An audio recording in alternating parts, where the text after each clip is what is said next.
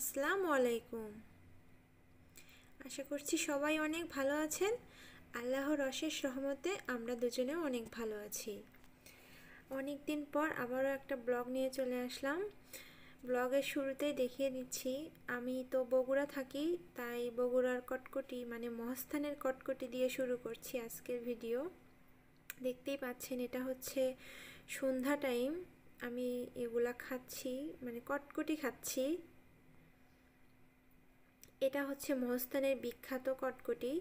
বগুড়া যারা থাকে তারা অবশ্যই ভালো করে চিনবে যে এটা কতটা বিখ্যাত। তো এই তো দেখতেই পাচ্ছেন, আমি এখন এই কটকটিটা খেয়ে নিব। এতগুলো তো আর খেতে পারবো না, দুই তিন পিস খাবো, তারপরে হচ্ছে একটা কাজ করব, নারিকেল কুড়িয়ে নিব। এই তো আমি আবার নারিকেল কোরানোর জন্য শুরু করেছি, এই তো করছি, নারিকেলের পিঠা বানাবো তাই।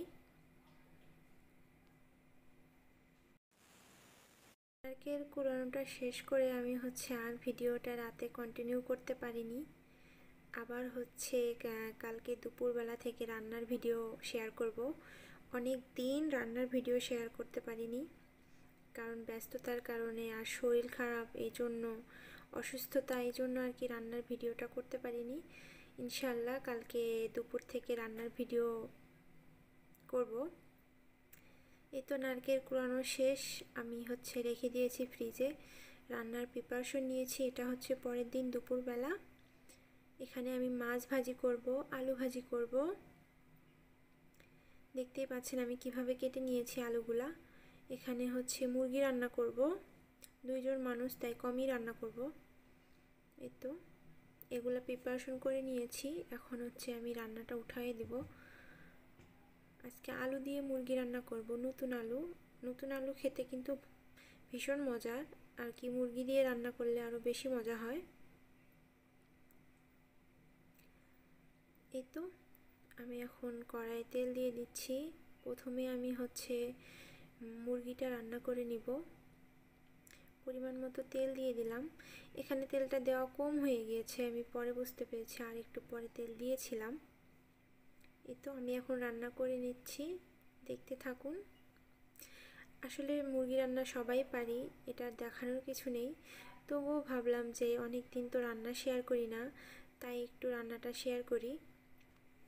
তো এই তো রান্নাটা করে নিচ্ছি আমি।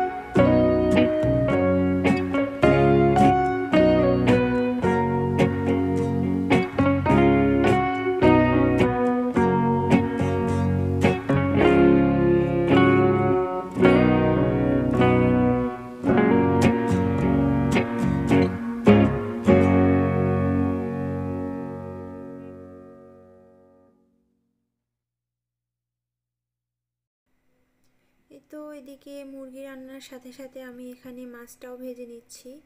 দুইজন মানুষ, এই জন্য দুইটা মাছই নিয়েছি। মাছগুলো ভাজার পরে তারপরে এখানে আমি এই তেলের ভিতরে আলু ভাজবো।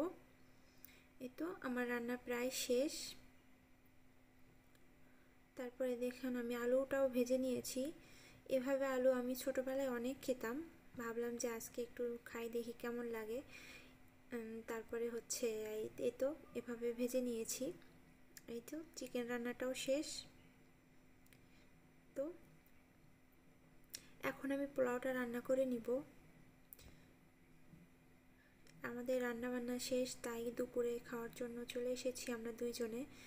এখানে মাছ, আলু ভাজা, তারপর হচ্ছে পোলাও, তারপরে এখানে আছে চিকেন, এগুলাই রান্না করেছি। আমি তো আজকে শেয়ার করেছি। আছে সালাদ। এই তো এটা আমার হাজব্যান্ডের প্লেট। ও মজা করে এত সুন্দর করে সাজিয়েছে, বলবে যে ভিডিও করতেছো তাই আমি একটু সাজিয়ে দেই। ছোট বাচ্চাদের মতো করে সাজিয়েছে আলু দিয়ে।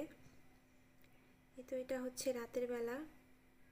আমার কিন্তু কালকে এক্সাম আছে, তবুও আমি ভাবলাম যে একটু পিঠা বানাই। পিঠা খেতে ইচ্ছা করছে নারকেল কুড়ানো দিয়ে, তাই জন্য আমি এখানে পিঠার ডো তৈরি করে নিয়ে রুটি তৈরি করে নিয়েছি। এখানে নারকেল আছে, আমি এখন পিঠাগুলো বানিয়ে নিব। আজকে আমি কাঁচা নারকেল দিয়ে, মানে নারকেলের ভিতরে শুধু চিনি দিয়েছি, এছাড়া আর কিছুই দেইনি। এখন আমি এটা আর কি ভাজি করিনি, আর কি রান্না করিনি, এটা দিয়ে আমি পিঠা বানিয়ে নেব। তো এই তো পিঠা বানানো শেষ। তো আজকের ভিডিও যদি ভালো লাগে প্লিজ আমার চ্যানেলটা সাবস্ক্রাইব করে দিবেন আর একটা লাইক করে দিবেন। তো আজকের মতো সবাই ভালো থাকবেন, সুস্থ থাকবেন, আমার জন্য দোয়া করবেন। আল্লাহ হাফেজ।